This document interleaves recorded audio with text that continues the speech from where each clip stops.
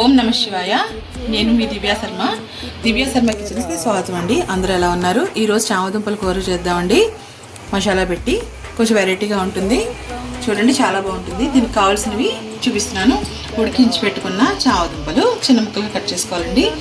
సన్నగా కట్ చేసుకున్న ఉల్లిపాయలు, గ్రేవీకి కావాల్సిన పదార్థాలు పల్లీలు, నువ్వుపప్పు, జీలకర్ర, ధనియాలు, ఎండు కొబ్బరి, గసగసాలు, తర్వాత వెల్లుల్లిపాయి, అందులోకి కొద్దిగా అంత బెల్లం, కొద్దిగా అంతా చింతపండు.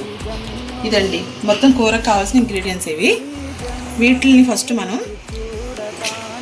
ఫస్ట్ మనం దోరగా వేయించుకొని గ్రేవీ చేసుకోవాలండి. చామదుంపల్ని మనం డీప్ ఫ్రై చేసుకోవాలి. పదండి ప్రాసెస్లోకి వెళ్ళిపోదాం. చామదుంపల్ని డీప్ ఫ్రై చేసుకున్నామండి. వీటిని బంగారు వర్ణం వచ్చేదాకా వేయించుకోవాలండి. బాగా బంగారు వర్ణం రావాలి. అప్పుడే గుల్లగా ఉంటాయి, బాగుంటాయి.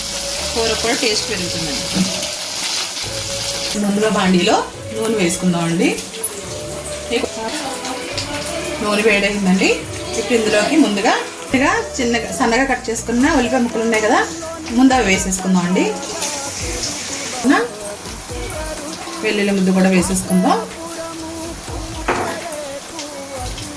ఇందులో కొద్దిగా అంతా సాల్ట్ వేసుకుందామండి.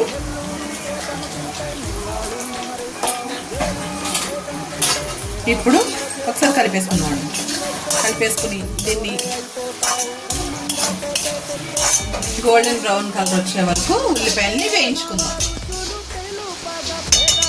ఇప్పుడు మూత పెట్టేసుకుందామండి. ఉల్లిపాయ మగ్గిందేమో చూద్దామండి. చూసారా, మంచిగా మగ్గిపోయింది. ఇప్పుడు ఇందులో మనం కూరకు సరిపడా ఉప్పు, కారం అన్నీ వేసేసుకుందామండి.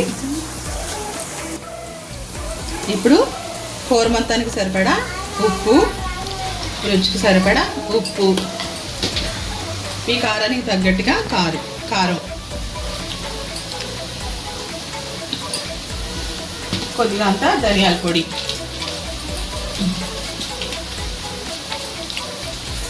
ఇవన్నీ వేసి ఒక్కసారి కలిపేసుకుందామండి. మొత్తం అంతా కలిసేలాగా కలిపేసుకోవాలి. చూసారు కదా, ఇలా కలిపేసుకుని ఇప్పుడు మనం ముందుగా రెడీ చేసి పెట్టుకుని వేయించి పెట్టుకుని వాటిని మిక్సీ పట్టిన పల్లీలు, గసగసాలు, నువ్వుపప్పు, కొబ్బరి అన్నీ కలిపి, ధనియాలు, జీలకర్ర అన్నీ దోరగా వేయించి పేస్ట్ చేసుకున్న పేస్ట్ అండి. ఇది చాలా మెత్తగా చేసుకోవాలండి. కాటుకలా చేసేసుకోవాలి. మెత్తగా వెన్నలాగా అయిపోవాలి అనమాట. ఈ గ్రేవీ ఇందులో వేసేసుకున్నాం.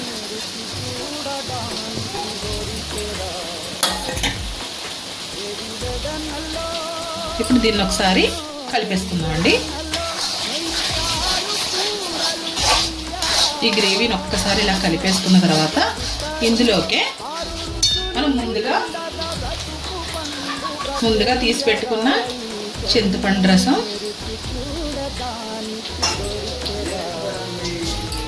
కొద్దిగా అంత బెల్లం కూడా వేసేసి ఒక్కసారి మొత్తం అంతా కలిపేసుకుని ఒక 5 నిమిషాలు మూత పెట్టేసుకుందామండి. ఒక 5 నిమిషాలు మూత పెట్టేసి మళ్ళీ చూద్దాం ఈ గ్రేవీ ఎలా ఉందో. చూసారా, నూనె పైకి తెలిపి రెడీ అయిపోయింది. ఇప్పుడు ఇందులో తగినంత గరం మసాలా వేయాలండి. ఎవరెస్ట్ వాళ్ళది గరం మసాలా కొంచెం ఎక్కువ వేసుకుంటాం, మా ఇంట్లో ఇష్టం. వేసుకుని ఒకసారి కలిపేసుకుని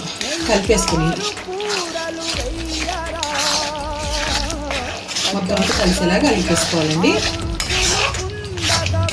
కలిపేసుకున్నాం కదా. ఇప్పుడు ఇందులోకి మనం డీప్ ఫ్రై చేసుకుని చామదుంపలు అండి. ఇవి వేసుకుని చామదుంపలు ఇలా బంగారు వర్ణం వచ్చేలాగా వేయించుకోవాలని చెప్పాను కదా, అది డీప్ ఫ్రై చేసుకున్నానండి. చామదుంపలు ఇలా వేయించుకోవాలండి, పచ్చిగా ఉండకూడదు, కూర టేస్ట్ బాగుండదు. ఇలా డీప్ ఫ్రై చేసుకుని ఇవి ఇప్పుడు ఈ గ్రేవీలోకి వేసేద్దాం.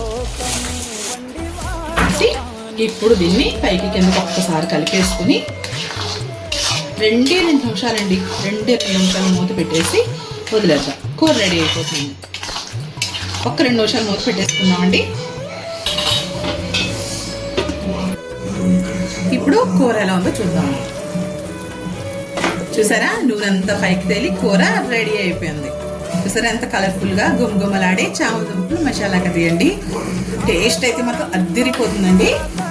ఇంటి మీద కొంచెం అంతా కొత్తిమీర గార్నిష్ చేసుకుందాము.